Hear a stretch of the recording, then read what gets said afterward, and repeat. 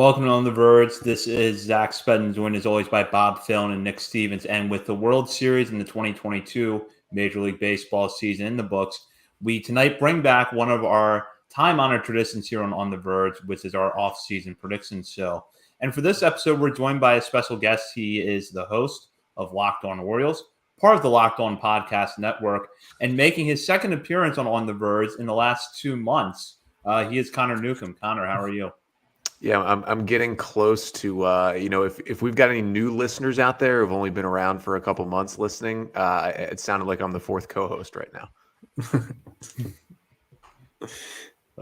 Connor's working catch over at Locked On Orioles. He's been on this show 4 times now since we started back in 2020, and we're happy to have him on tonight. And what we're going to take a look at is the offseason that could be really interesting for the Orioles after an 83-79 finish. It seems like this could be the winter where we see the team spend, possibly reinforce the Major League roster with talent. But there's a first domino to fall in this offseason, and it's whether or not Jordan Lyles' $11 million club option will be exercised or declined. And I'm going to let Connor start with this one. Yeah, I mean, I've talked about it on my show a lot, and the hope is that for this offseason, a Jordan Lyles move is not like the end-all be-all like it turned into a little bit last year. I mean, he was the best player that the Orioles signed to a free agent deal last offseason. Obviously, we're hoping that's not the case. I don't know how much decline or picking up the option is really going to show us about what the O's are going to do the rest of the offseason, but I actually ended up predicting on the show last week that they're going to decline it.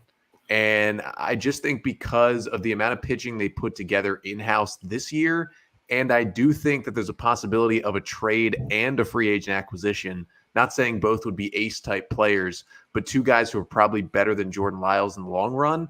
And I just think they'll use that $11 million elsewhere, potentially on a guy for $15 million who is much, much better than Jordan Lyles. I kind of agree exactly with what Connor is saying, except I think they're going to pick it up as like insurance, because I think it's a 10 million option, or no, 11 million, something with the buyout being $1 million. It's going to cost the team an extra 10 million, I guess. Allows for 11 million. I feel like you can pick that up. You can go search the market, the free agent market, the trade market, and hope to find 1 or 2 guys better than him. And then if you do, you can flip him to a team that, is kind of like the Orioles in the last 2 years where they're desperate for innings. Yes, just like Vivek says, like Jose Iglesias, pick up that option and then trade him.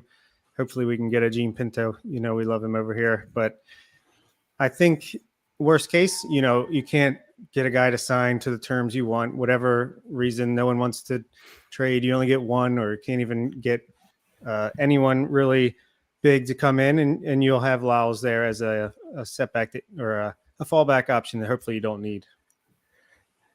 Yeah, I guess I'm fine either way. But for this, I'll say, yeah, they do pick it up. I kind of agree with Connor's statement that I don't think they really need to. And I'm hoping that the moves they make later this offseason kind of make picking up Jordan Lyles' option null and void. But I'm going to say, yeah, they do. I think we really lucked out and got peak Jordan Lyles last season, which was fantastic.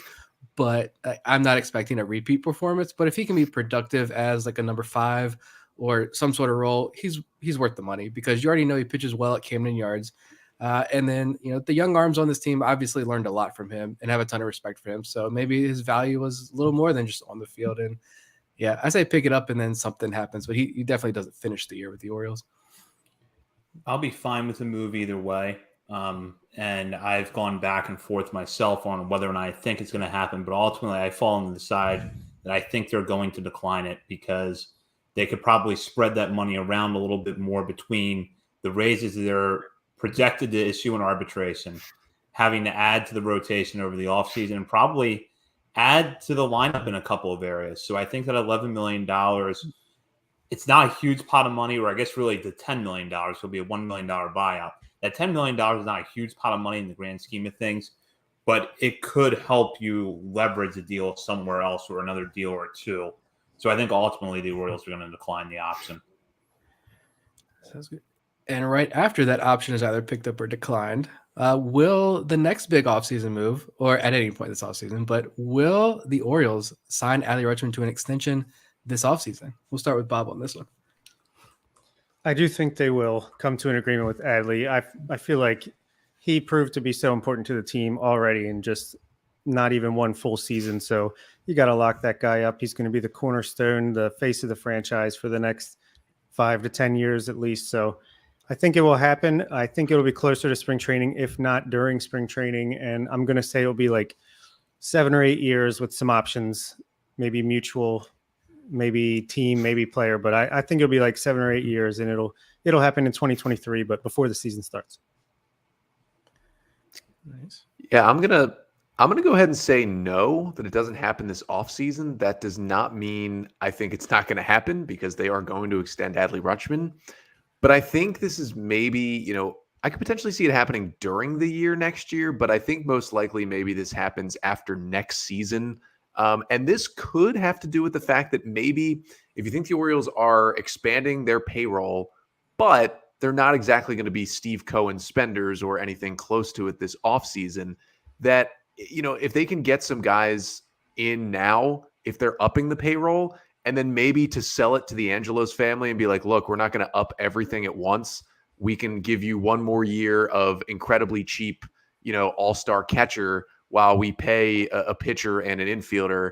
And then, you go do that extension next year. And will it be more expensive next year? Yes. But maybe that's a way to get a little more money to spend in free agency, because we just don't know how much the Angelos family is going to hand down to Mike Elias this offseason. It's a little concerning because they're fighting with each other right now. But I would say that by next offseason, it's going to happen. I just don't know if it will happen this offseason, so I'm going to say no.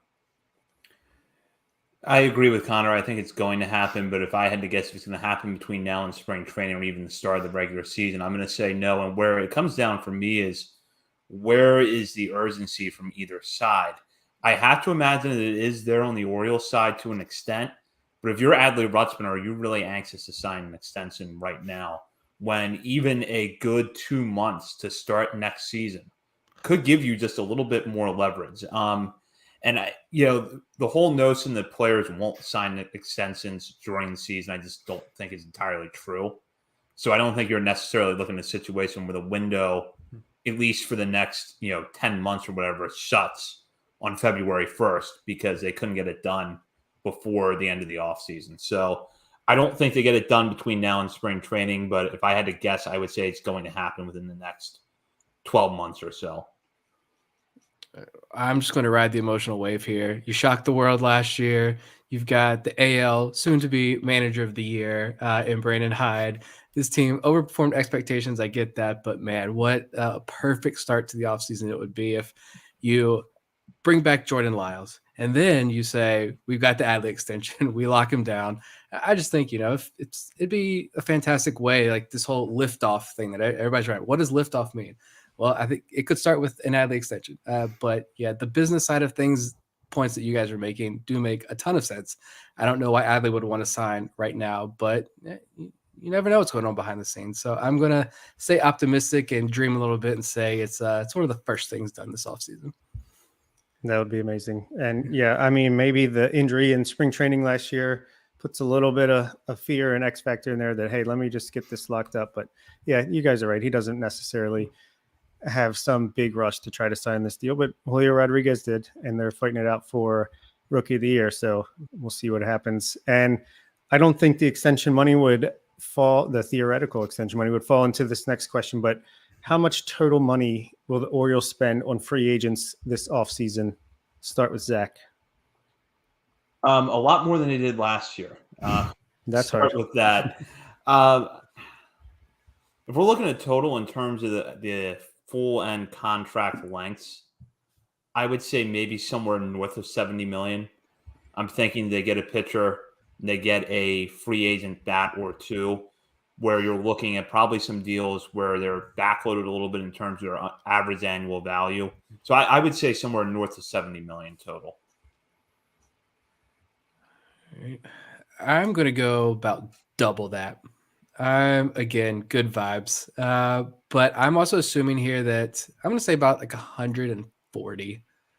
I think that can get you 2 good quality starters. You're not shopping the Carlos Rodon, Jacob deGrom, obviously, but 2 good quality starters, maybe a cheap third veteran, especially if you don't bring Lyles back, but maybe a quality backup catcher. And then probably in my plan, it would be an outfielder, because I do think that someone gets moved, whether it's Santander or Hayes. One of them is gone. I don't think Mullen stays, but maybe even a utility infielder as well, like the Jace Peterson type. I don't think maybe it's not going to be your Carlos Correa or anything, but you get a Jace Peterson type player to help ease that transition with, as you try to figure out where does Gunnar play best, where do you put Westberg if he's still around, does Ortiz come up, Ramon Arias, is he still around? While you figure out all that infield headache that we talked about last week, I think Jace Peterson would be a good quality player to bring in, but yeah, throw around $140 million and let's see. I think that's kind of going to be way too much, even though I know a lot of fans are begging for the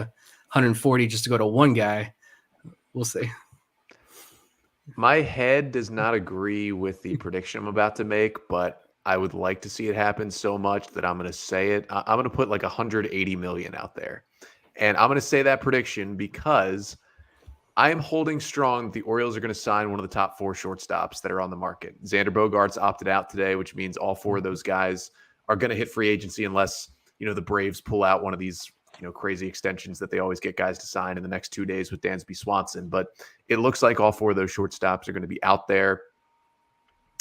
It's going to take a good chunk. I think the Orioles could work out a deal where maybe it's around, 130 to 150, depending on, how many years they'd like on that deal. Then you add a starting pitcher and, maybe the other moves around there are probably on the margins. But I could see the Orioles having, kind of an offseason where, they don't sign 7 free agents, but maybe it's 2 guys to at least show you're willing to spend the money and at least get this team closer to where they feel like they can get to the postseason. You add on waivers, you add the, the 1 year, $5 million guys around those 2 big pieces, the starter and the hitter. And, it's going to cost you. So 180 million. All right. I'm going to say, I feel like 100 million would be a good over under if you're Vegas, but I'm going to say 115 million. I'm going to say they sign a starting pitcher like a Chris Bassett or a Nathan Eovaldi for like 3 years, 60 million. Some bat along the lines of Jock Peterson, Jose Abreu for like around 2 years of 40 million. A backup catcher, whether it's Roberto Perez or I don't know, Austin Hedges for 1 year, 5 million. And then another pitcher, whether it's a bounce back starting candidate / reliever for 2 years and $10 million, or a better reliever for 1 year and 10 million. That's how I would see them allocating that, but I'd be happy with that. I'm going to go down a completely different path here, which is this is going to be the first offseason where we see the MLB draft lottery play out. And I'm going to try to guess now, starting with Nick, where will the Orioles land in the MLB draft lottery? They will not get a top 6 pick. I don't know which website it was. It was like you can simulate it. I think I had to click it like 130 something times before, and the Orioles landed on number 2, but every other time it was number 17. Yeah, but you look at, they're getting that extra pick for not signing the kid from Oklahoma State that they weren't able to get last year. That was kind of a bummer. But you're getting him. You're stacking the odds pretty high in your favor, I think, coming up in the next couple of drafts with the Rookie of the Year winners awards. So, and I just think that this team kind of was a little bit more risky in last year's draft, maybe in the later half of the draft process. But yeah, I think they're getting a little bit more risky with the draft process, which I like. So I don't mind it. This team's pretty good at, evaluating talent in the draft and developing these guys. So it's not going to be a top 6 pick, but for the crazy guys like us, I'm sure Vivek's going to be here as well. We'll have to bring him back on for some draft preview stuff. I think it's going to make covering next year's draft a little bit more fun, to be honest.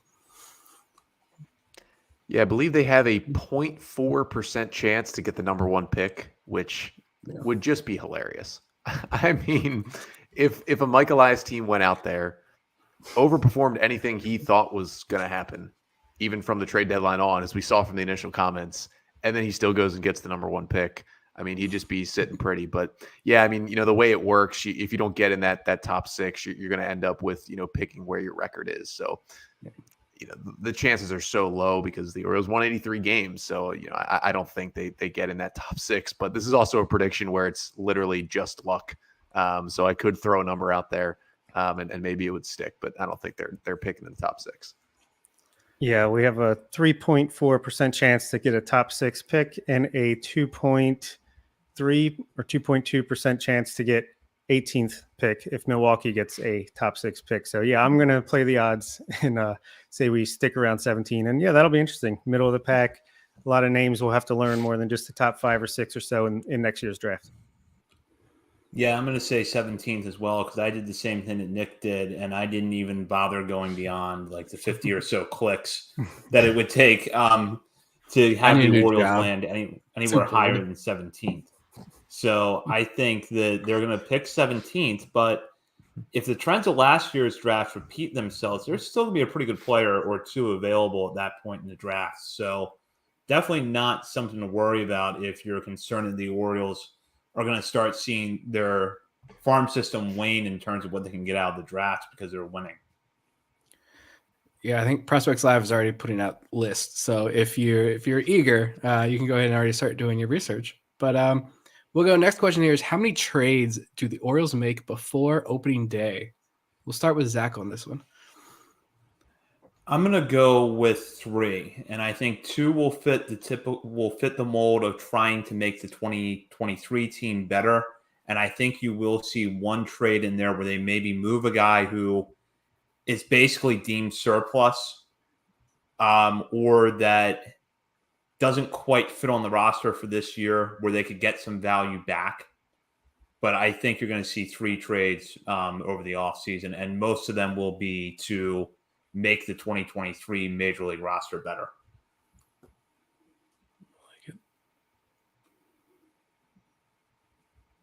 Yeah, I said 3 as well. And I kind of agree with the reasoning as well. I have us trading Lyles, obviously already got to stay consistent, pick up that option, get 2 better options in-house, and then trade Lyles for probably a couple international prospects or something like that. So I could see that happening. I could see 1 big trade, one eyeball opening trade for a Shane Bieber, Corbin Burns type where we're really going after it, giving up some good prospects there. And then I could see, like you said, trying to move around some surplus, quote unquote surplus for some combination of Austin Hayes, Ramon Urias, Keegan Aiken, and a prospect, and just bringing in a guy along similar value, but just in a position where they feel like it could help the team better.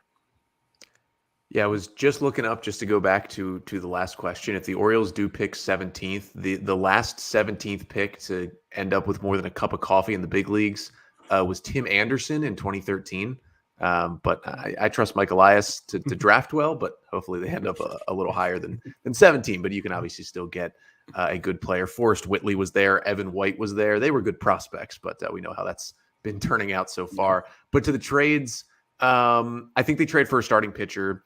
I don't know if they can pull off the Shane Bieber heist that I've been talking about all offseason on my podcast so far. We will see if they can make that work. But I think even on the margins, sticking in Cleveland, like a guy like Aaron Savali, like I could see them going after a guy like that where, a guy who's just about to hit arbitration on, one of these teams doesn't like to spend a lot and, you can flip some guys there. I think we're still going to see, actually Vivek asked me this question on a mailbag episode a couple weeks ago. I think we're going to see the similar to the Tanner Scott Cole Sulser trade, but maybe with just one guy. And I think it's going to be Cionel Perez. I do think that because he outperformed his expected stats so much, the Orioles may sell high on him. So there's a second trade. And I think there could be a third, like 40-man roster crunch trade where, maybe it is a Ramon Urias being dealt, maybe for, 2 prospects who are not quite, don't have to be placed on the 40-man, or even a swap, that the Orioles could do if they feel like, hey, if we send, one of our hitting prospects who isn't, quite on a starting track just yet, but maybe somebody feels like they can fix him a little bit. Like maybe it's a Yusniel Diaz for a, high spin rate pitcher, like kind of similar to the Yastrzemski for Tyler Erb trade, but one that actually works out a little better for the Orioles. So I'm going to say 3. Let's package Diaz and Keegan Aiken. What can we get for that? Colorado, what's up? I think I said 3 as well. I could see as many as like 5. But again, some of those being some of those like really small fringy trades you'll see like in the winter meetings or something. But I want to say either an outfielder and or Ramon Arias goes, whether it's Santander, Hayes, Mullins, or Arias, or although I think Mullins would be the lowest odds there. I think one of them probably leaves. A reliever, I think, does get moved. I agree with that as well. I said from the Perez, Baker, Aiken, Tate group, just because, again, especially if the organization views one of those guys as a definite overperformer, why not sell high? I banged that drum all year last year about selling Tanner Scott earlier and all this stuff, and they waited. But maybe you're able to sell high with a guy. We know trades are difficult to make, but and then I do think we see a notable trade on the prospect front. Maybe not the blockbuster quite yet, but you start to see some of these guys, whether it's a Cesar Prieto type move, you look, there's the glut of middle infielders.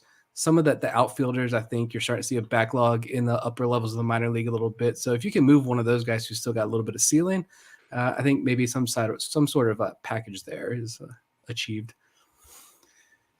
All right, so Vivek's going to get more mentions on this podcast than Michael Elias himself, because we're going to talk about the Rule 5 draft here, his favorite. Do you think, obviously, this team has been in love with the Rule 5 draft even before Elias, Duquette, McPhail?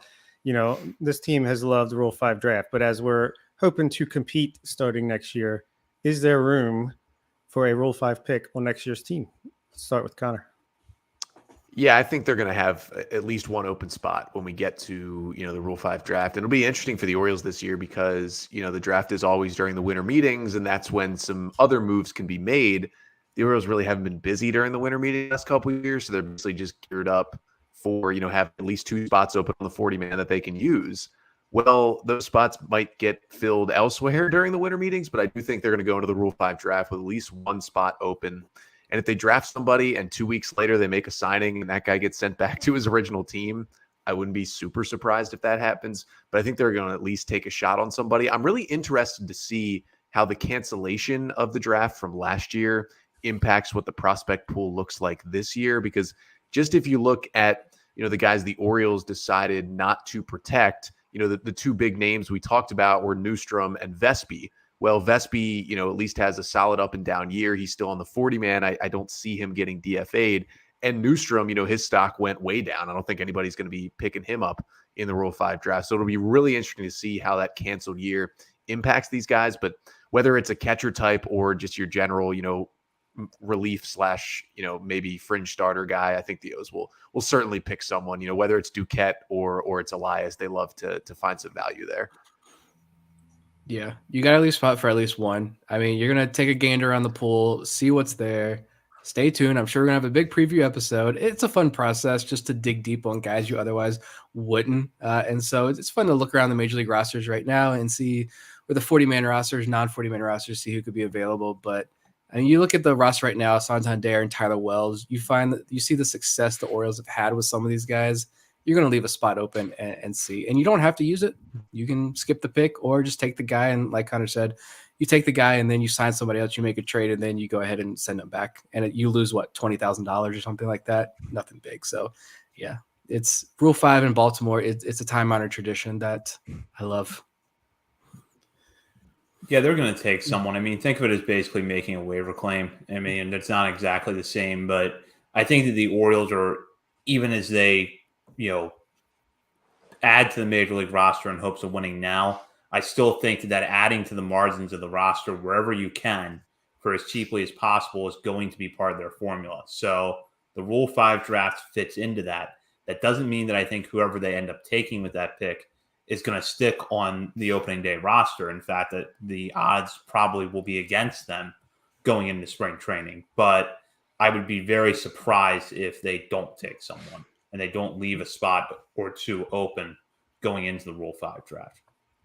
Yeah, I could waste my bold prediction and say they're not going to take someone, but I also agree they will take someone. And yeah, they'll probably be returned before the end of spring training. But hey, it's a chance to bring someone in, hope something clicks, or maybe you can make a change or 2 to really get them to show something beyond what they have shown so far. So it doesn't hurt.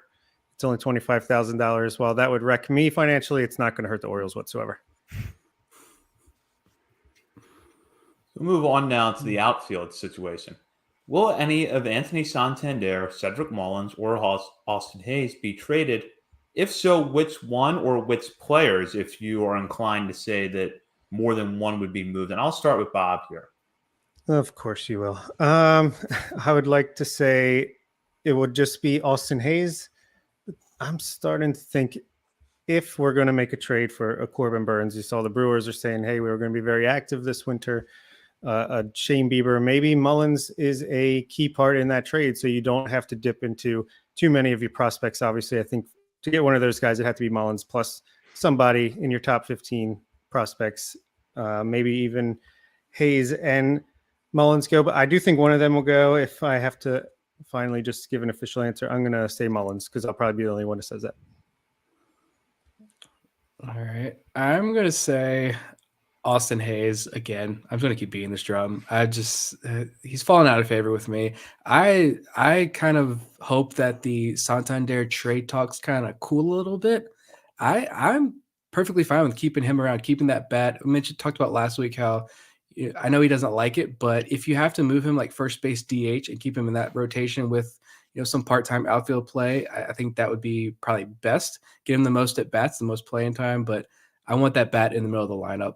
He finally broke out last year. We saw exactly what he's capable of, and I think there's might even be just a touch more left. So yeah, I don't see Cedric Mullins would be tough. I'm not on like if he's traded, fine. But if he stays, I'm gonna love it.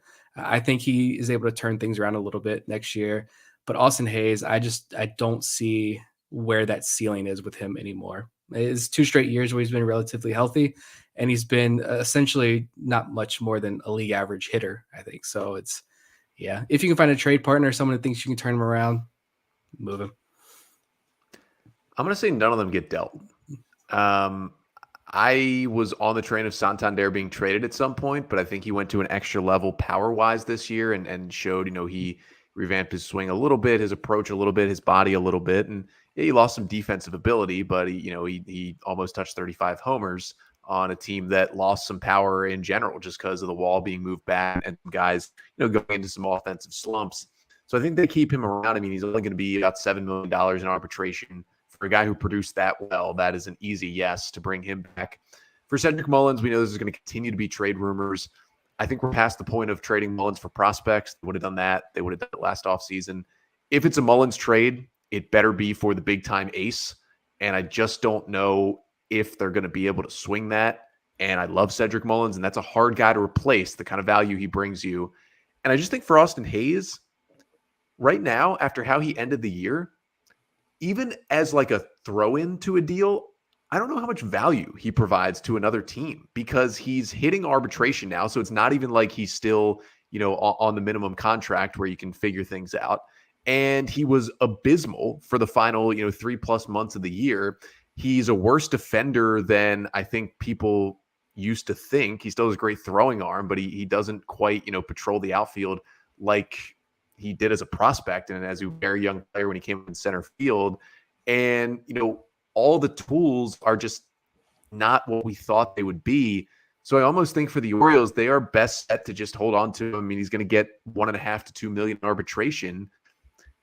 If it's a Stowers and Hayes platoon for a while in the outfield, I mean, you maybe try that with Santander, Mullins, and somebody else at DH, or you bring in an outfielder and Santander's your DH. I just think he's the most likely, but his value really isn't there for another team to even want him added onto a deal. If I can just add on to the Santander love, because, I mean, this guy, if you look at Baseball Savant, the power just seems like it really took off. And he's one of the few guys that was here in the majors when the new hitting coaches came in, when the swing decisions came in, and it seemed to actually help him quite a bit with his walk rate going up significantly. But Baseball Savant has him. If he played his games in Cincinnati, he would have had 46 home runs. If he was in Texas, 45, Los Angeles Angels, 44, Colorado, 44. So the power was real. And if anything, I think the 31 that he hit, or I don't know, he hit 33, whatever. It seems like the Orioles park was like one of the worst parks for him to hit in as far as his profile with the power. So keep him around. I don't really want him in the outfield too much. I think he would be great as a, the Trey Mancini role at the beginning of 2022, where he's DHing. Maybe he can learn to play a little bit of first base, can play outfield in a pinch. But yeah, I'm all aboard. Keep Santander around train.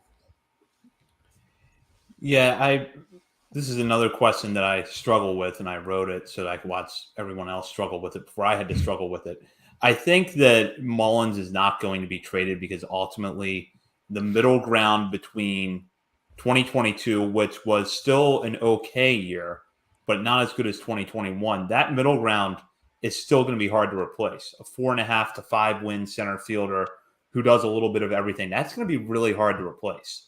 So I don't think he's moved. I think Santander stays because it's going to be harder than it looks to make up for that loss of power. I will just go ahead and say that I think Hayes is traded, and I know that it's going to be really hard. I agree with everything that Connor said about his value and it being hard to find a fit for him.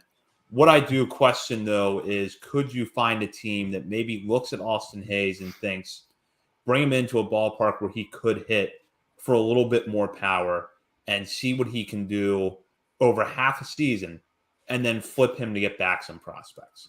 That's probably where Hayes' value is. Could you get someone to buy a little high on him next July? Or could he just be, for the next year or two, the serviceable stopgap for you at a corner outfield spot until you're ready to find somebody better? So I think he's moved, but I don't think that there is an obvious fit. Colorado, baby. Or Cincinnati. They're rebuilding. Real quick, for anybody really, I saw some talk about this on Twitter. Any thought of Hayes possibly being non-tendered? I don't think so, only because the number is so low. It's projected, I believe, at $1.8 million by MLB Trade Rumors. I can't see it being any more than $2 million that they have to pay for Austin Hayes. And if you're a competing team, even if Austin Hayes is like a platoon outfielder, that usually costs you more than $2 million. And Vivek made a good point in the chat. I mean, he's still, worth almost 2 wins, and he still gives you something in the outfield.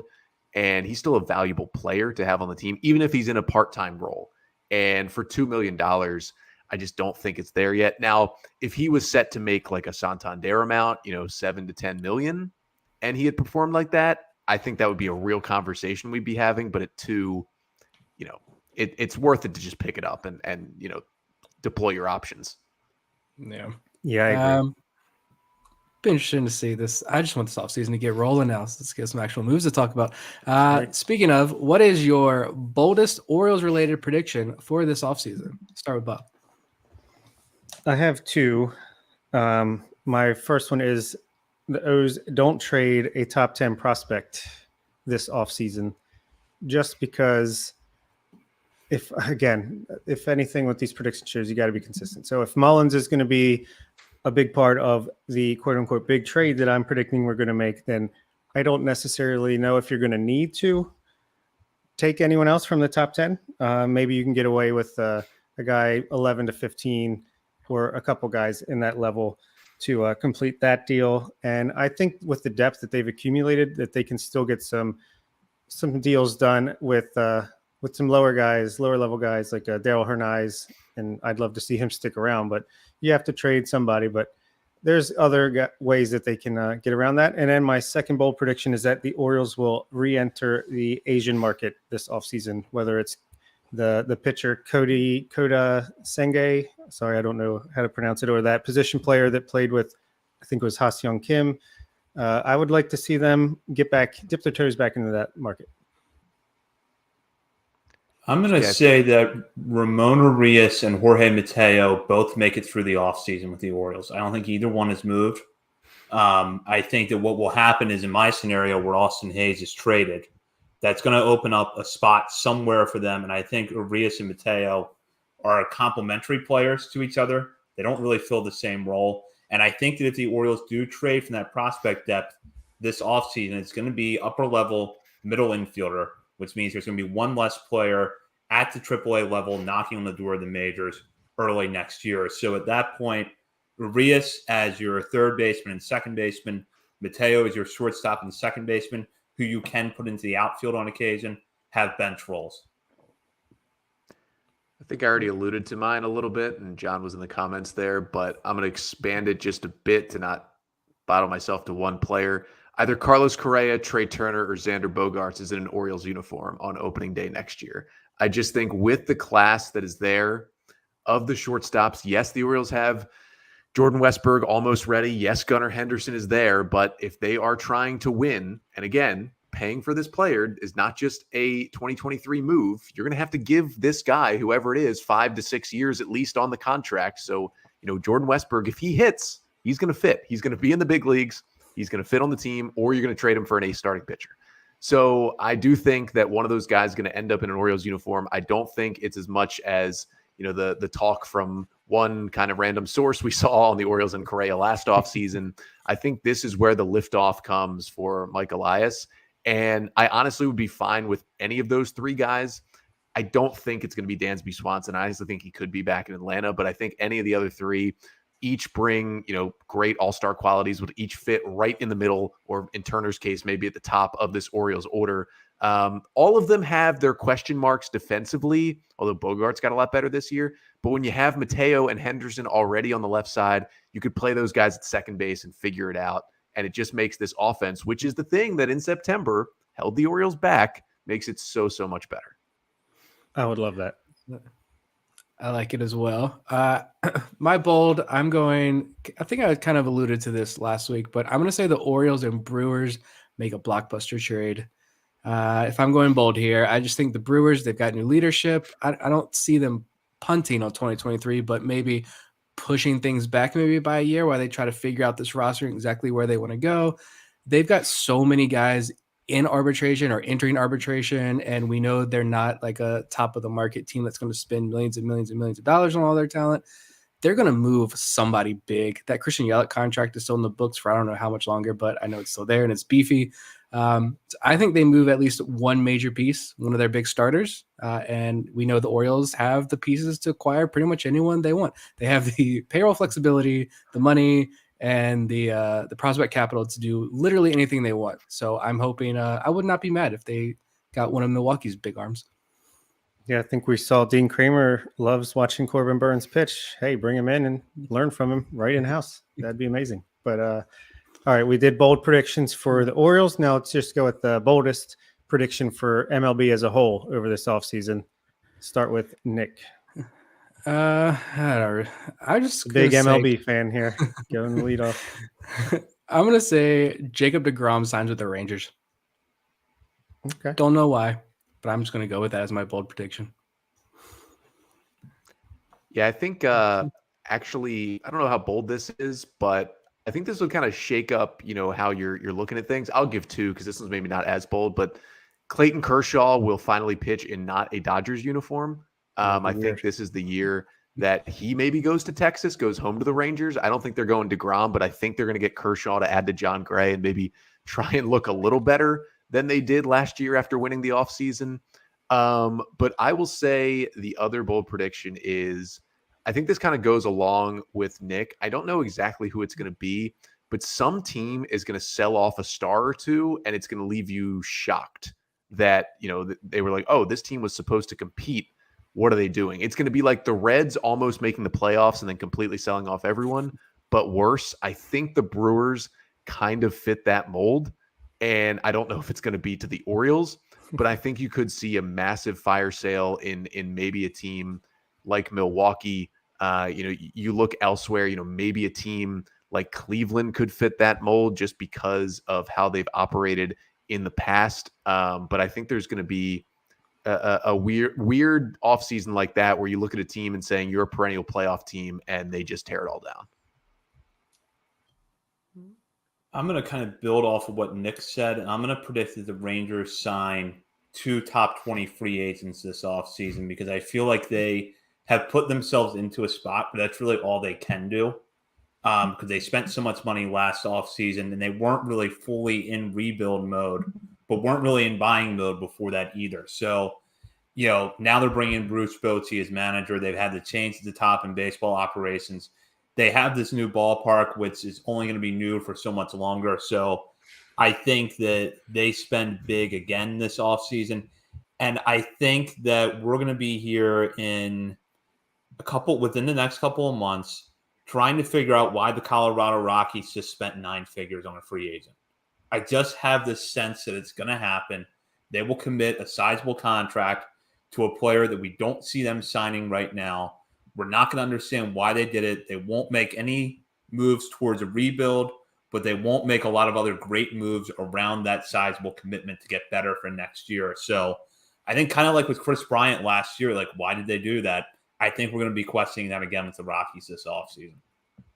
Questioning the Rockies. Is that really that bold, Zach? Come on. No, it's really not. I'll concede it's not that bold. I went with Aaron Judge not returning to the Yankees, whether it's the Rangers, the Mets, the Giants. He will sign elsewhere. And the boldness comes from Yankees Twitter melting down or Yankees fandom melting down, and Brian Cashman is fired for not getting the deal done. Nice. I wanted to say Shohei Ohtani to the Dodgers, but like right before we came on, I think Perry Manassian came out and, like an idiot that he is, said we're not trading him. So there went that one.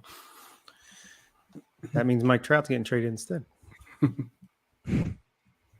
We're going to take some listener questions in a moment, some of which are kind of along the lines of predictions. But first, NFL Sundays are only getting better, and so are the incredible offers of DraftKings Sportsbook, an official betting partner of the NFL. Right now, new customers can bet just $5 on any NFL team to win and get $200 in free bets if they do. Check this out. Right now, everyone can earn up to 100% boost with DraftKings stepped-up same-game parlays. Go to the DraftKings Sports app, place a same-game parlay, and combine multiple bets like which team will win, player props, and point totals. Do you think the Baltimore Ravens can take down the New Orleans Saints on Monday Night Football? Will Isaiah likely step up in the absence of Mark Andrews? Head over to DraftKings now and place the same-game parlay of Ravens on the money line, like anytime touchdown scorer, and likely over 34.5 receiving yards for plus 390 odds, and watch the money roll in while you enjoy Monday Night Football. With bigger payouts than ever, DraftKings Sportsbook is my go-to when betting on the NFL. Download the DraftKings Sportsbook app now using promo code on the Verge and place a $500 pregame moneyline bet to get $200 in free bets if your team wins. Only at DraftKings Sportsbook, an official sports betting partner of the NFL, with code on the Verge. Minimum age and eligibility restrictions apply. See show notes for details. And we'll go in now to a listener question that kind of fits into the predictions mold that we've been following for the rest of this episode. And this comes from Kevin Brown. Would you rather have Anthony Rizzo, Trey Mancini, or JD Martinez? And I'm going to start with Connor here. Those are 3 very different players in the way that they help you. Obviously, they're basically all first base / DH types. I mean, JD Martinez would be just a DH. But I mean, if I could pick any of the 3, I would take Anthony Rizzo right now. I think in terms of age and what he gives you, he's the best player. Now, I know he had a down year for the Yankees, but he still opted out of his contract. He's a left-handed hitter who I think could just completely pepper right field at Camden Yards. Yeah, you would want to play him at first base. And yeah, Ryan Mountcastle had a great defensive year, but you could basically do what you were doing with Ryan and Trey early in the year. They just kind of switch off DHing and playing first base. Do I think the Orioles are going to pursue him? I really don't. I think if they go after a DH type, it would be a guy who probably also plays the outfield instead of also just plays first base. But he's, Rizzo's younger than Martinez. JD Martinez still has the doubles, but the power kind of went away this year. And I love Trey Mancini, but he's probably the 3rd best player of that group. So give me Anthony Rizzo. Yeah, I like all of these guys to one extent or another, but I'd probably rank JD Martinez 1 narrowly over Anthony Rizzo, just because I feel like, we struggled. At least it felt like we struggled against lefties towards the end of the year, at the very least. So get a lefty masher in there. Even if it's doubles with the new wall, it doesn't hurt to have someone like that at DH. Rizzo, you can split him and Mountcastle at first base and get good defense either way. Lefty, righty bat combination. Mancini, be a great story if we could get him back and he can rebound to the levels he had in the first half of 2022 and 2021. Then yeah, but I think just going up against those guys is pretty tough. Yeah, I don't think that the Orioles go after either of those guys. But if I had to pick one, I'm going Rizzo as well. Just big barrel and hard hit rate numbers. We know those are two numbers the Orioles like. The BABIP was also extremely low with Rizzo last year, so maybe a little bit of bad luck. You ban the shift. Maybe all of that combines, helps him out a little bit more. You see the uptick in production, he gets on base. But yeah, we'll see. I think there was a conversation I had about JD Martinez at our live show with some people, and I didn't hear that conversation firsthand, but I got the vibe that the Orioles are nowhere near thinking about JD Martinez, bringing him into the organization. I don't think there are a lot of fans of JD, but yeah, I would be surprised if any of those three end up with the Orioles. If I had to take one, I would take Rizzo for all the reasons that Connor and Nick mentioned. I think that the batting average and some of the stats that go with that will go up a little bit next year with the shift being banned. And I would be the most confident in his bat translating into power production of Camden Yards at this point.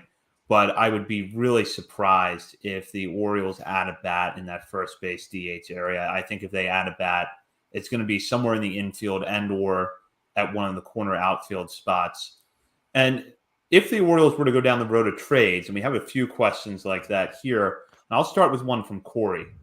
Which top 10 prospect would you be most comfortable trading, and which would you least be comfortable trading? And he says that he's thinking guys outside the Grayson Rodriguez, Gunnar Henderson tier. And then he wants to know on top of that, which prospect is the most likely to be traded, and would you be okay with it? So I'll start with Bob here. But although you just said that you don't see a top 10 guy going, so I want to be curious to see where your answer is here. So at least it's not saying, I don't know. I'm sure I'll contradict myself one way or another on the show, but I'll start with most likely to be traded. I do think it's Cesar Prieto, just because I feel like he's fallen behind a little bit on the middle infield depth chart, and he's at the Arizona Fall League. Maybe a team sees something they like in him, and the Orioles get an offer that they are willing to trade there. And as far as most comfortable, least comfortable, I'd be least comfortable trading Colton Cowser, just because I feel like at the top of the minors for the Orioles right now, I don't think there's really anyone other than Cowser that could just step in early next year. And maybe, if there's an injury to Mullins, I feel like you could call Cowser up. And while he's going to take some adjusting to the major leagues, of course, and he's still, got a ways to go, I feel like he is a caliber that could step in and fill a role kind of like the Braves, Michael, I can't remember his name. It's been too long since the season was on. The rookie for the Braves did for center field for them. And most comfortable, I would say Jordan Westberg, just because I feel like Ramon Arias could fill that role as a, guy that is the DJ LeMahieu of the Orioles, who just bounces around, gets at bats all over the place when needed, and has some power. And yes, Michael Harris, thank you in the chat. And I feel like Westberg is going to be just a cheaper, younger Ramon Arias. So that's what I said. As far as like top 10 prospect most comfortable trading, honestly, at this point, anyone and everyone can go. Not everyone, obviously. Some of these guys are going to pan out, but obviously you're going to keep Gunnar Henderson. You're going to keep Grayson Rodriguez. I think those are two of your cornerstones of this franchise. Jackson Holiday, you don't trade him yet, right? They just drafted him. He was a high school pick. Let's wait. Give it a little bit of time. Let him develop here in this organization. But honestly, I love all these guys on this list. I think Kobe Mayo would hurt the most. I think personally, I've mentioned that a couple of times before. Him and Joey Ortiz are the two guys that I'm highest on and just personal love for. But honestly, I think I've said this before as well. When I started watching the playoffs and you see Seattle, Luis Castillo going out there dealing for Seattle, and it's I want that for the Orioles. This team can go out and get anybody they want, and honestly, I'm ready for it. So I'm comfortable trading anybody you want to trade outside of Grayson Rodriguez, Gunnar Henderson. You want to trade DL Hall? Honestly, if you think you can do better and you're not high on him, trade him. I'm fine with that as well, even though he's a starter next year. But as far as the top 10 prospect list goes, if you're going to get a good haul for it, make the move. I'm going to have people probably turn against me with this answer. I'm going to start with I'd be most okay with them trading. And I'm going to say Jackson Holiday. And I'm going to say that because he's the furthest from the big leagues of all the top 10 prospects. So even though he was the number 1 overall pick, and I think he's going to be an amazing player in the big leagues, we kind of know the least about him. I mean, all we've seen him do is play against high school competition. I mean, he's 18 years old. And I can only imagine what the Orioles could get back if they dealt last year's number 1 overall pick. So that's what I'm going to say, because I think the O's are ready to compete. And the earliest he could be in the big leagues, you'd have to think is 2025. So that's why that's my answer. The player in the top 10, I would least like them to trade away. You said no Gunnar and no Grayson for this answer. I'm going to say Heston Kjerstad. And I'm going to say that because it is awesome watching what he's doing right now in the Arizona Fall League. It is awesome seeing him get back to the player he was at Arkansas before he got sick. And I do think he is now the player again that the Orioles saw when they took him at number 2.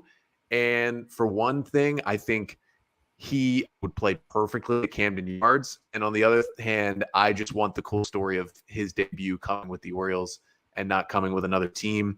The most likely guy to be dealt, if we're going by what would be a Fangraphs top 10 list right now, that would include Joey Ortiz. I think he's the most likely to be dealt because there's probably nobody else in this system with more helium than Joey Ortiz right now with the season he had. And especially when you compare what the O's or other teams probably thought of him before this season to after this season, there's probably no bigger difference and no bigger increase in the O's system.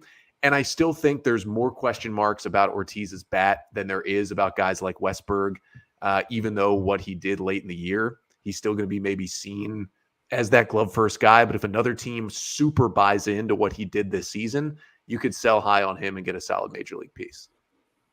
I mean, Jackson's dad is now with the Cardinals. So, I mean, the pieces are falling in place there for that prediction there. I think What was it, Jack Flaherty you wanted back? Yes, that was mostly tongue in cheek, but Yeah. people took it seriously. But if it's Jack Flaherty and one of those young hitters that they can't get on the field, Jack Flaherty and Nolan Gorman and somebody else for Jackson Holiday, let's make it happen. Yeah, absolutely. I'm going to say that out of the top 10, the players that I would be the most comfortable moving, I think, are also the most likely, and it's one of Jordan Westberg or Connor Norby, because I think that either would fill the same role in the major leagues right now, which is at a minimum part-time second baseman during the season, maybe full-time by the end of the year. I think Westberg might have a higher ceiling of the two, but that Norby has raised his floor and his ceiling so much in the last year that it's actually pretty close between them now. And that's not something I would have said coming into this past season. And I think that they would also be the ones I would be the most okay with, because that's where you have depth. You have Darryl Hernandez down in the minor leagues. You have Jackson Holiday with middle infielders. And you also still have guys like, and although I don't think he's a shortstop, a Frederick Ben Cosme, who could, in theory, stick at second base, that has some helium right now, has played really well. So I think the Orioles will continue to make that a priority, and the depth behind those two guys is pretty strong. I'll go to a question now, which is kind of the flip side of that. What prospects would make you the most angry if the Orioles traded them? And I'll start with Nick here. Yeah, I think right now it makes a ton of sense if you want to package Kobe Mayo or use Kobe Mayo to highlight a trade package, because I think a lot of the industry is already the people who I respect the most in the industry have been high on Mayo coming out of the draft. And then shout out to even our own former colleague there, Stephen Loftus, who sold me greatly on Kobe Mayo after the draft. But it makes a lot of sense if you want to use Mayo to highlight a trade package because of that ceiling. But I just think right now that ceiling is so enormous, and I want to see what the Orioles are able to do with it. Like I just said, I'm fine with anybody getting moved because this is part of using your minor league system, using this prospect depth. But that one I think would hurt me personally the most for a little bit.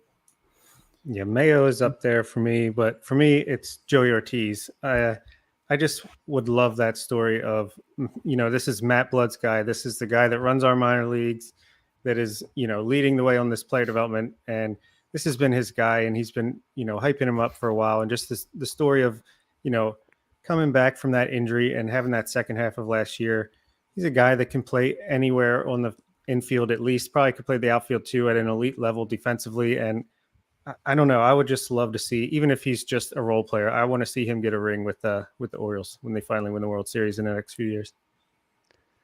I'll give two names, Seth Johnson and Chase McDermott, because if you're trading Trey Mancini, you better be sure that those two guys coming back are going to help you big time at the major league level. And I really do think that, as long as Tommy John doesn't go horribly for Seth Johnson, he's going to be a really good pitcher in the big leagues. But if they turned around and flipped those guys immediately and it didn't turn into, even better big league talent right now, I would not be a happy camper.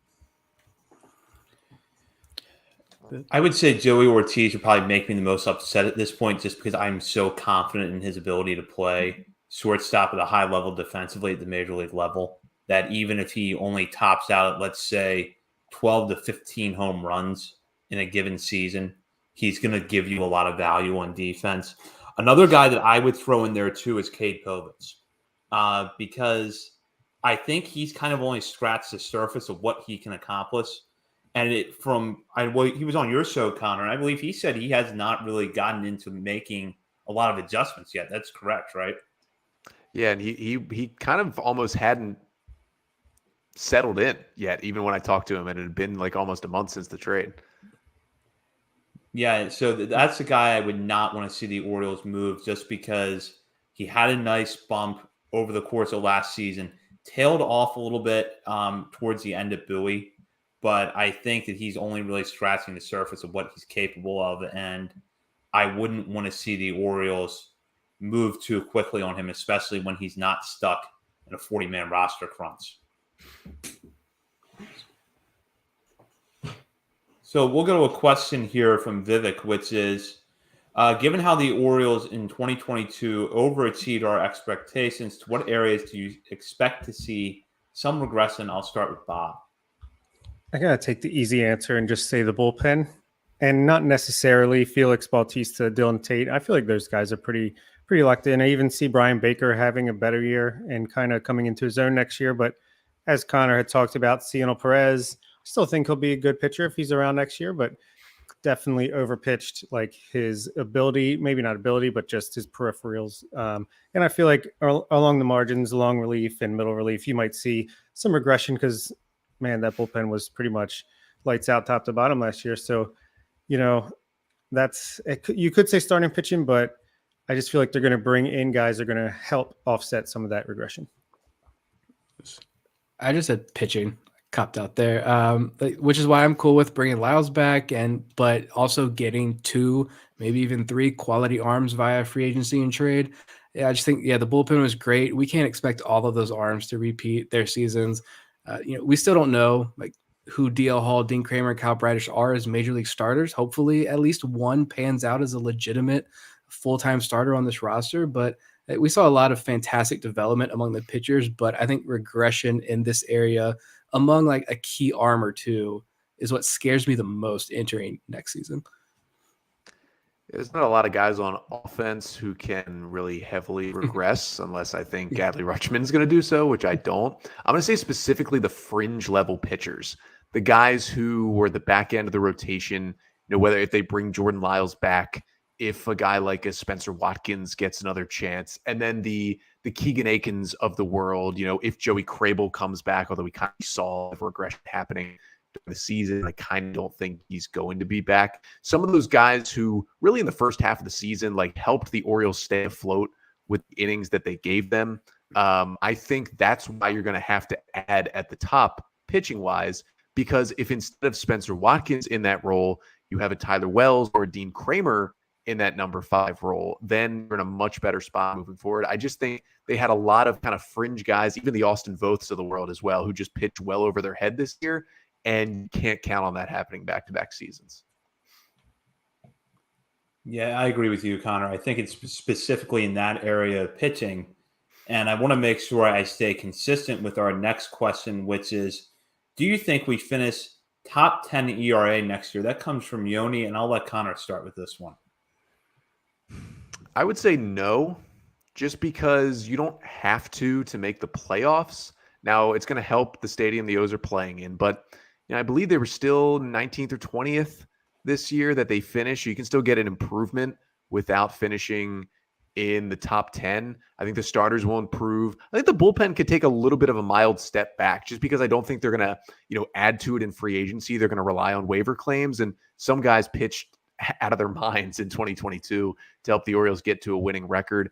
So I could say, I think they could still finish in the top half of the league, but it's tough to get in the top 10 because, unless the O's make that huge splash trade, they're still not going to have like a true ace. Even if we think Grayrod is going to be that guy, he's not going to be that when he just gets to the major leagues. I don't think. It'd be awesome if he was, but they're still not going to have that top of the rotation guy that at least 10 teams have. And so I'll say they'll finish outside the top 10. I'm an eternal optimist, so I said yes. And that's because I have them signing a Chris Bassett or a Kodai Senga combined with trading for a Shane Bieber / Corbin Burns, and then you get John Means back halfway. Grayson Rodriguez makes his major league debut and dominates right away, obviously. So, yeah, I'm going to say yes. I'm going to say no, only because I'm just so hesitant with so many of the young pitchers. Like, I got to – even Dean Kramer, I'm still like, you got to show me again next year. Like, I love all the development that took place. I love the steps forward. Kyle Bradish, obviously a huge fan of Kyle Bradish. I think he's the guy that I'm highest on among all of the pitchers that are already in the major leagues right now.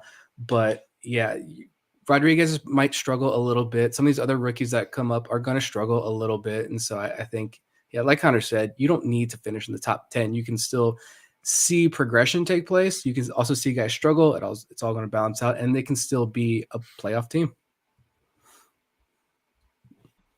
Yeah, I agree. I could see a scenario where maybe you see the pitching staff finish in the top 10 of some categories, but not really the major ones that we're looking at for evaluating top 10. I think it's more likely that between some improvements over last season from existing players and any additions you make, that the Orioles get to the playoffs with a top 7, top 5 offense and maybe a top 12 pitching staff. Would kind of be where I go, maybe even top 14. I think that's more likely than finishing in the top 10 of ERA. And I'll go to another question from Vivek here, which is, who makes the Gunnar Henderson ascent in 2023 from the minors? And I will let Nick start with this one. I wanted to say Joey Ortiz, but there's been a lot of Joey Ortiz talk already tonight. So I'm going to switch it up and say Judd Fabian.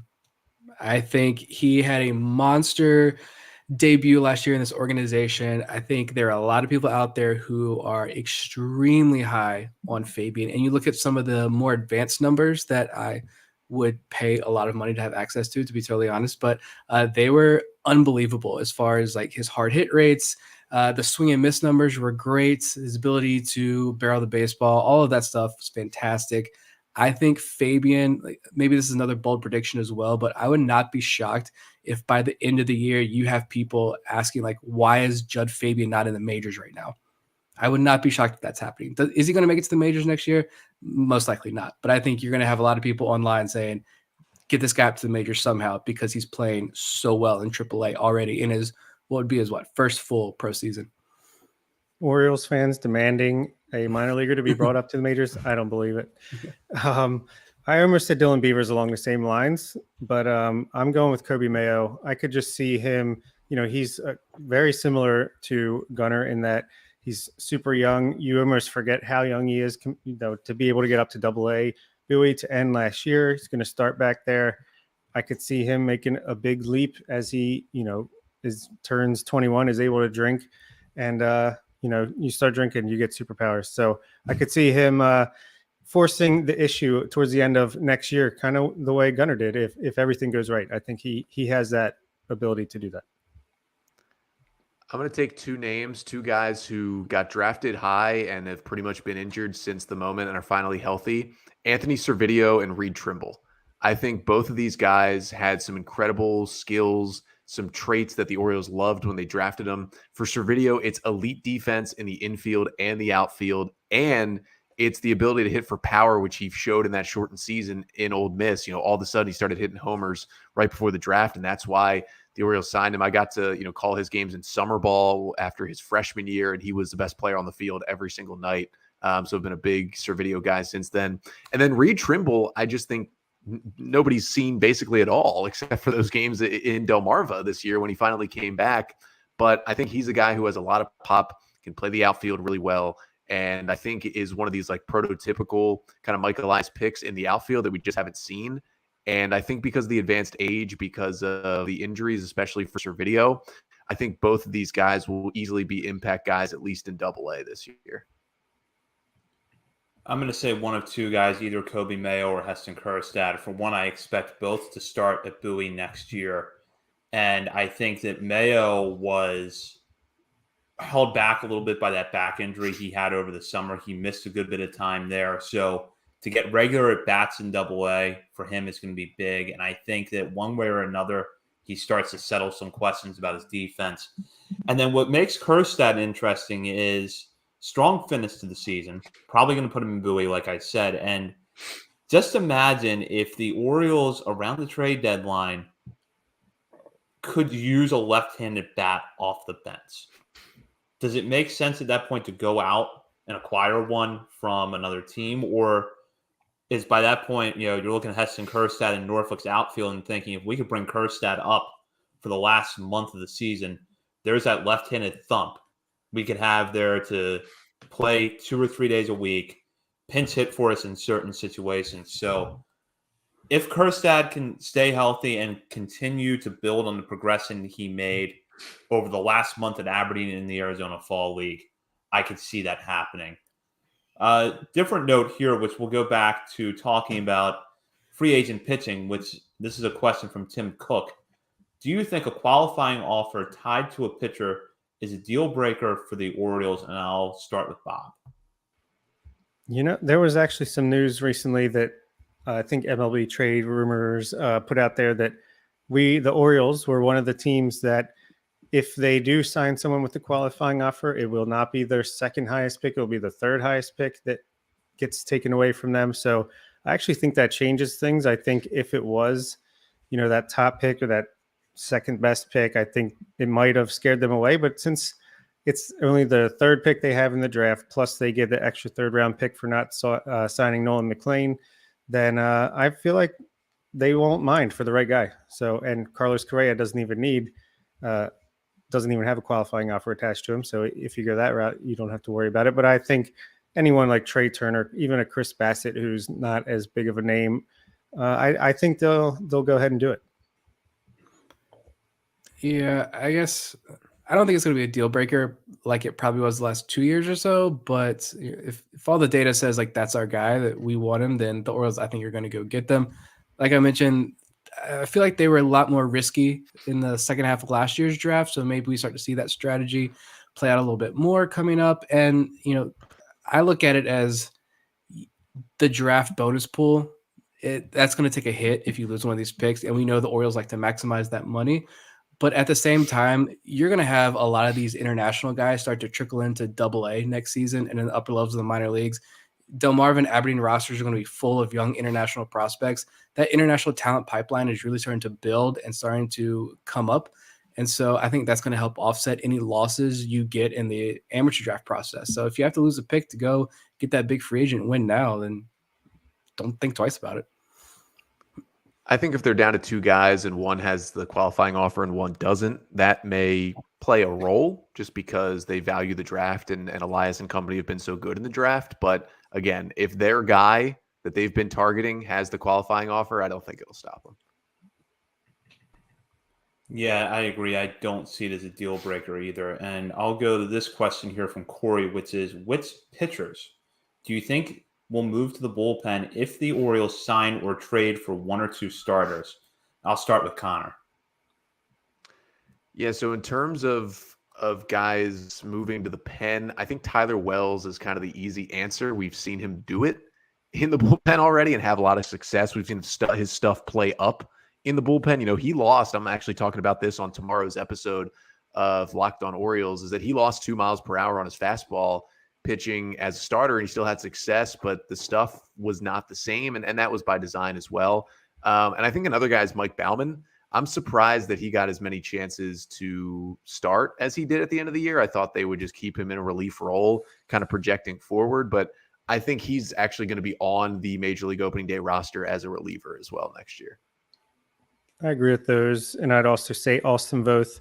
I think he could be a really good swingman, 2-3 innings at a time, kind of that Keegan Aiken role from this past year.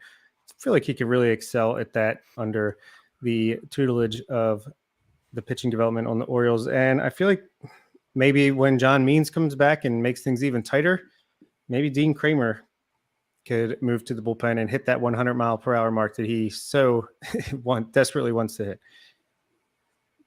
Yeah, I got nothing to add to that. I think you guys nailed it. Voth and Tyler Wells are the two guys. I think Wells should move back to the bullpen. We talked about this last week, but yeah, both those guys I think you're going to see move to the pen. And as far as anyone else, I think he deserves every single opportunity to be a starter. But DL Hall, we've talked about this a lot as well. DL Hall has that electric stuff where if you think you can maximize his potential and his talents as a late inning guy or just a fireball out of the bullpen, then I'm fine with that as well. Yeah, it's going to be someone in the group, the three of you mentioned, because they're going to have to move someone to the bullpen with an eye of filling innings, especially early in the year, because I just don't think you're going to see Grayson Rodriguez or DL Hall on long leases for the first couple months of the season. So you're going to have to make up for that somewhere, and it's going to come from having an Austin Voth or a Tyler Wells or perhaps a Dean Kramer in a bullpen role. And we'll go to this question here from Cannon. Who is the most likely minor league reliever to make an impact in the majors next year? And I will start with Nick. Easton Lucas. I'm going to throw the name out there again. Let's get the hype train rolling.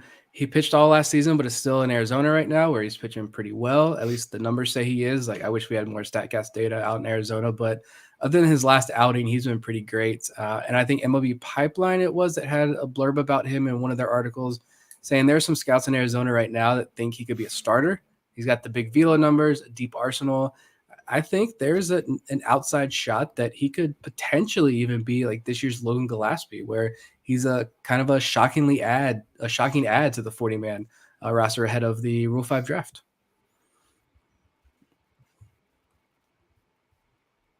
I'll jump in and I'll take a guy who's probably the easiest answer in a way because he's already on the 40-man roster, but I'll take Chris Vallimont in that role.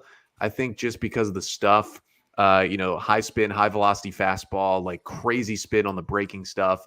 The Twins could not figure out how to get him to throw a strike. He came to Baltimore and almost immediately started throwing strikes in Double-A before he got moved up to Norfolk. And again, the results were mixed with the Tides.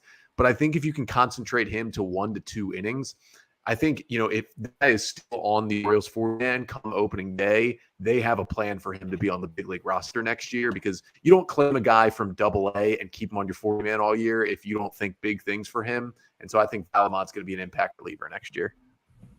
Yeah, that is a good call. And Noah Denoyer, who John in the chat mentioned, that's a fantastic answer as well. I thought about Easton Lucas, thought about Nolan Hoffman, thought about my guy, Adam Stauffer, but I'm going to go with Connor Loprich, who was just a guy that I was shocked that the team stuck with as long as they did when he was struggling. And then if you look at his second half last year, he was just obviously whatever they were working with,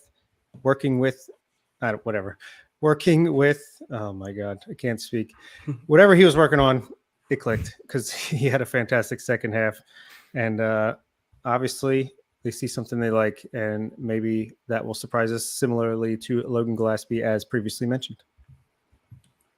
I think it's going to be Noah Denoyer. I could just see him stepping into that multi-inning relief role, and he's got really good stuff. He's got a good fastball, and while I don't think he's a direct comparison to Brian Baker in terms of what they bring, what their pitches look like and how they would necessarily, attack hitters, I could see him filling a similar role, which is maybe he is a guy that comes in the middle of the game and gives you 2+ innings to keep things close and try to keep your lineup in the game, or you are going to him in the 8th inning in a tight spot to get the ball to Felix Bautista. And we'll wrap up here with a question from Vivek. What can be learned from the Tigers and Marlins who went for it in 2022 and stumbled? Why or how are the Orioles different? And I'll start with Bob. I think it just has to do with, I think the Orioles have a better core, and the core is offensively at the plate and on the field, because those teams are loaded with pitching talent, but pitching, there's such thing as a pitching prospect. There's injuries, all that stuff between Adley Rutschman, Gunnar Henderson, and the other thing is, I just feel like the Orioles have built such a wealth of depth that it might not work out for Jordan Westberg, but then you got Connor Norby right behind him, and if it doesn't work out with him, you got the next guy who's coming up. So I just feel like between the depth and the offensive core that it's just going to be easier to build around, and it's going to have a little bit more of a fail-safe than those two rebuilds had built in. I think for that, it's an interesting question. It's something I've talked about on the podcast as well. I think, for the Tigers side, how I really look at the Tigers is they had a lot of Ramon Arias's and Jorge Mateos on that team in this lineup. Guys who, Mateo for this year had a little bit of a breakout. Arias last year had a little bit of breakout. And you went into the next year saying, oh, if all these guys keep breaking out and keep trending upward, we're going to have a great team. Well, they all obviously slid backwards in terms of kind of the fringe prospect hitters who were in the big leagues. And that was one of the worst offenses you're ever going to see, is what the Tigers threw out there next year. Obviously, it hurt that Spencer Torkelson was unplayable, and he was, your first-round draft pick 2 years ago, and he'll be better. But I think the Orioles aren't going to be relying on as many Mateos and Ariases. They just have one of each. They don't have three of each, which it seemed like the Tigers had. They have more backup in guys like Jordan Westberg and, Gunnar Henderson already being there and being a stud. And I think the other thing, too, about the Tigers, they signed a volatile guy to big money in Javier Baez. And just like the hitters that, tanked, he tanked too. And you knew it was a scenario. Now, they got very unlucky with the fact that Austin Meadows and Eduardo Rodriguez basically couldn't play all year. And those were two of their biggest signings through no fault of the team, bringing them in. On the Marlins side, they got, I feel like, kind of caught up in the moment signing Jorge Soler, who, had a big World Series, but wasn't good the whole season. And they watched him for 2 weeks and gave him $60 million. I don't think the Orioles are going to, I don't even know who the comparison would be to that in this year's World Series, but I don't think they're going to give Gene Segura like $20 million a year to come in this year. So I think that's the difference between them and the Marlins. The same thing. They just didn't have the hitting prospects at all that the Orioles have. But I think there's kind of your two biggest things, relying on too many Arias and Mateo type players, and then just signing the wrong free agents. I mean, you can't sign the Solers and the Baezes as your top free agent hitters because there's too much of a chance for both of those guys to tank, and they both did. Got to be smart with this money. What it comes back to for me is that the 2022 Orioles were better than both the 2021 Tigers and the 2021 Marlins. I mean, the Orioles won 83 games in a division that had 3 playoff teams in it, 2 of which won over 90 games. Now you're going to go to the schedule next season where you're not going to play the teams in your own division as much. I think that's going to help the Orioles out. The Tigers the year before started off ice cold, were actually one of the worst teams in baseball for a stretch, then got hot at the end of the year. But other than the White Sox, there really was not a good team in that division. So you had some room to build with there. The 2021 Marlins were pretty bad. And I don't think that they were good enough to dig their way out with Azavel Garcia and Jorge Soler, especially when they couldn't develop hitters. And the Tigers had a similar problem. And I know it's easy to say this in hindsight, but Spencer Torkelson was not ready. They rushed him to the major leagues, and there's not a Spencer Torkelson on the Orioles right now. Adley Rutschman has already shown he's ready for the major league level. Gunnar Henderson's going to have to take his adjustments and go through his lumps next year, but he's ready to play in the major leagues. You don't have that guy who you're going to put on the roster because it's more exciting and he could, in theory, make your team better, but we don't really know if he's ready for the major leagues or not. And that's just what it comes back to for me, is that the Orioles have a better roster going into the offseason. Either one of those two teams did. They have a better farm system with better hitters towards the top of the minors. And hopefully they follow that up with better offseason decisions either one of those two teams made. Yeah. You mean being patient with some of the prospects might pay off? I'm going to go with coaching. I think, without having super detailed knowledge of Detroit and Miami's systems, obviously, I just think that I'm going to hammer this every chance I get. I think every coach in this organization, from the DSL to the big leagues, they all seem to be on the same page. I loved a lot of the stories when we had Drew Rom on. He talked about, hey, we talked the arm slot thing. He's like, yeah, I was just messing around with it. And I went to the coaches and was like, hey, do you think this will work? And the coaches were like, sure, let's practice it. Let's feel this out a little bit. And then, yeah, use it in the game. Let's see if it works. So I think the coaches are willing to listen to the players. Learning and development, I think, is a two-way street in this organization. So I love that. I think when players and writers themselves talk about the coaches in the system, you hear all these big traits, the former teachers, and all the traits that, as a former teacher myself, you hear a lot of these traits that make teachers stand out above the rest. You hear that with these coaches. And I think there's just a pitching and hitting development philosophy in place in this organization. The Orioles think they have the secret sauce that's going to work in baseball right now. We know that can change. Baseball changes, but they think they have the secret sauce right now to be successful and give them an advantage. And they've got the right people in place. And you're seeing guys like Ryan Fuller in the major leagues now. We talked last week, Cody Ashe getting moved up, his new role, help ease that transition as these prospects move up. And it's just all one big train moving in the same direction. The Eve Rosenbaum quote is just ringing in my head all off season or all postseason. This is a player development powerhouse. Let's hope that's true. Well, thank you to our listener for submitting some excellent questions tonight. And on top of that, with our predictions, we had a lot of good off-season talk with Connor Newcomb, the co-host or the host of Locked On Orioles, part of the Locked On Podcast Network.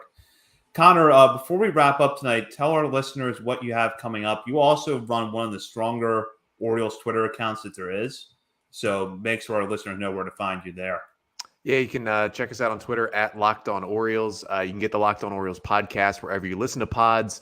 We're also on YouTube as well. We're sticking daily up through the winter meetings, actually. So still a month more of Monday through Friday podcasts, audio and video as well. Coming up on Tuesday, we're going to review Tyler Wells' season and kind of get into some of the conversation we talked about with him today, which is basically, you know, depending on what the Orioles do in the offseason, is he going back to the bullpen or can he hold on to a starter's role next year? He's definitely an interesting piece and talk about, you know, if I'm worried at all about, you know, the multiple different injuries that he sustained in 2022. But yeah, today I just put out my big offseason preview for the Orioles, went through basically everything that could possibly happen this offseason for the O's. And I'm excited for Thursday, 5 p.m. Eastern time is when free agents can start being signed. And what I really want is, even if the O's don't sign someone on Thursday, if we can get a Rosenthal or a Passan tweet or a Nightingale tweet that just mentions the Orioles on Thursday, that's going to be just so much more fun than the last 5 or so years have been.